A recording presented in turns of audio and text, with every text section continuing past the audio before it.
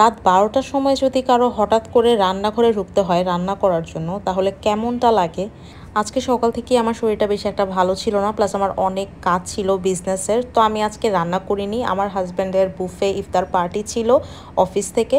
তো ওখানে ইফতার plus dinner আমি ভেবেছি ও তো ডিনার করেই আসবে। আর আমরা কেউই সেহরিতে ভাত খাই না। খেজুর, ডিম সিদ্ধ, পানি, চিয়া সিড এগুলো খেয়েই সবাই রোজা রাখি। জাস্ট ডিনারই করা হয় আমাদের। আর আজকে আমি ডিনারও করব না ভাবছি। আর আম্মু লেফট ওভার ছিল ওগুলো দিয়েই ডিনার করবে। এইজন্য মেইনলি আমার রান্নাও করা হয়নি। আমার হাসব্যান্ড ওদের ইফতার পার্টি থেকে ৮টার সময় চলে আসছে। তো তখন আমি ভাবলাম যে তুমি ৭টা-৮টার সময় খেয়েছো, আবার তুমি পরের দিন রোজা ভাঙবে। তো তুমি কিছু না খেয়ে কিভাবে রোজা রাখবে? হয়তো তুমি ডিনার করবে, আমি কি কিছু রান্না করব? তো আমাকে বারবার বলতেছে যে কিছু রান্না করো না, আমি কিছু খাবো না, আমার একদমই পেট ভরা, রান্না করো না, রান্না করো না। এরকম করতে করতে রাত ১২টার সময় যখন আমি সব কাজ টাজ গুছিয়ে বেড টেড গুছিয়ে ফেলছি, জাস্ট শুইতে যাব, তখনও আমাকে বলে কি ক্ষুধা লাগছে, ভাত খাবো। ভাগ্যিস তখন ইলিশ মাছ একদমই প্রসেস করা ছিল ফ্রিজে। আমি ঝটপট করে জাস্ট ওর জন্য অল্প একটু ইলিশ মাছের ঝোল করলাম আর একটু ডিম ঝুরা করলাম।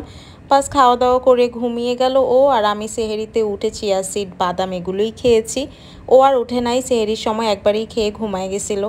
সকালবেলা উঠে বাসার কিছু কাজ টাজ করে দেখলাম আমার কাছে একটা সারপ্রাইজ গিফট আসলো পাঠাও থেকে রোজার উইমেন্স ডে উপলক্ষে আমার জন্য গিফট পাঠানো হয়েছে। উইমেন্স ডের আগে ওরা গিফটটা পাঠাতে চেয়েছিল, বাট ওই টাইমে আমি বাসায় ছিলাম না, বলেছিলাম আপনি আমাকে পরে সেন্ড করেন।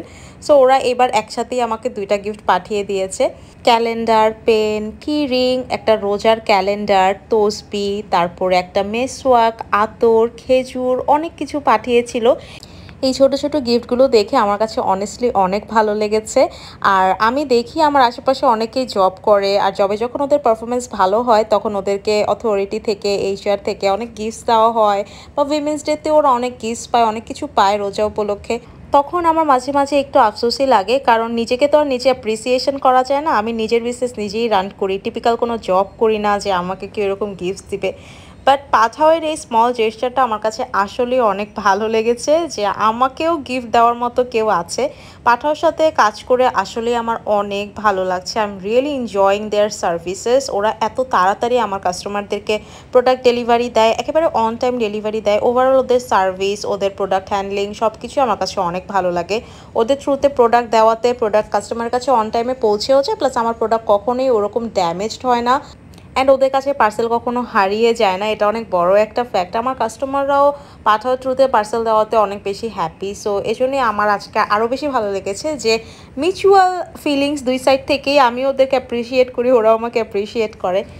এনিওয়েজ এখন বাসার টুকটাক কাজ গুছিয়ে নিয়েছি। ফার্স্টে তো সব গাছগুলো আজকে ক্লিন করলাম, মরা পাতাগুলো কেটে একটু স্টোন দিয়ে ডেকোরেট করলাম, পানি দিলাম।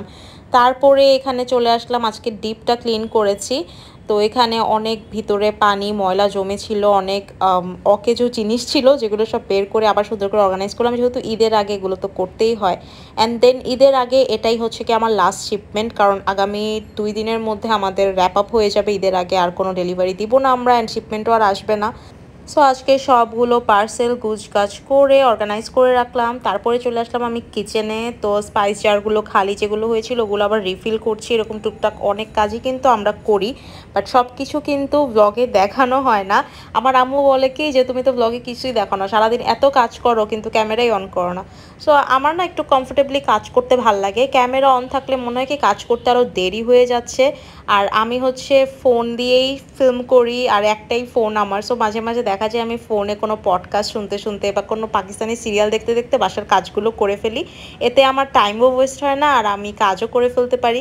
এজন্যই আমার সব কিছু ফিল্ম করা হয় না। আজকে ভাবলাম ইফতারে একটু বিফ চাপ বানাই, কারণ টিপিক্যাল ইফতার করতে প্রত্যেকদিন ভাল লাগে না।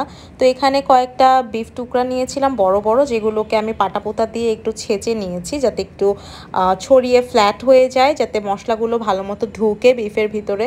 এরপরে এটার মধ্যে আদা বাটা, রসুন বাটা, প্যাপ্রিকা পাউডার, মরিচ গুঁড়া, হলুদ গুঁড়া, লবণ, একটু গোলমরিচ গুঁড়া, টমেটো সস, এসব সব মশলা দিয়ে ভালো মতো এটাকে ম্যারিনেট করে রেখে দিয়েছি। আর এখানে আমি একটু লুচির ডোটা রেডি করে রেস্টে রাখলাম। ততক্ষণে প্যানে একটু তেল দিয়ে এই বিফ চাপগুলোকে ভালো মতো আমি ভেজে নিচ্ছি। এটাকে একটু সময় নিয়ে চুলা কমিয়ে ভাজতে হবে, নাহলে কিন্তু সিদ্ধ হয় না মাংসটা।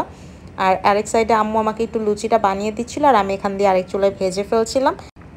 খুব তাড়াহুড়া করে আমি আর আম্মু সব প্রিপারেশন নিচ্ছিলাম, কারণ আজকে একটু দেরি হয়ে গিয়েছে কিচেনে ঢুকতে। আম্মু আমাকে বিজনেসের কাজে কিন্তু অনেক হেল্প করে। আমি যখন পার্সেল করি, আমি আর আম্মু দুজনে মিলে কাজটা করি। সো এই জন্যই হচ্ছে আমরা দুইজনেই অকুপাইড থাকি পুরা। যাই হোক, আম্মু তারপরে কিচেনটা সামলাবে আর আমি এখানে বাইরে চলে আসলাম। আমি এখানে একটু সালাদ বানাবো। সো শসা কুচি, পেঁয়াজ, কাঁচামরিচ কুচি, ধনিয়া পাতা, পুদিনা পাতা কুচি, টক দই, গোলমরিচ গুঁড়া, লবণ এগুলো দিয়েই হচ্ছে কি একটা রায়তা টাইপের বানিয়েছি। আর এই যে লুচিও ভাজা হয়ে গিয়েছে, বিফ চাপটাও সার্ভ করে দিলাম। আর তরমুজ তো ইফতারিতে আমাদের স্টেপল হয়ে গিয়েছে। এই গরমের মধ্যে প্রত্যেক দিন ইফতারিতে আমরা জাস্ট একটা ফ্রুটই খাই, সেটা হচ্ছে গিয়ে তরমুজ। লেফট ওভার দই চিরাও ছিল আর মজা মজা করে ইফতার করলাম। তারপরে বিফ চাপটা আসলে অনেক মজা হয়েছিল। ডেফিনেটলি তোমরা ট্রাই করবে। That was today's blog. Good bye and take care.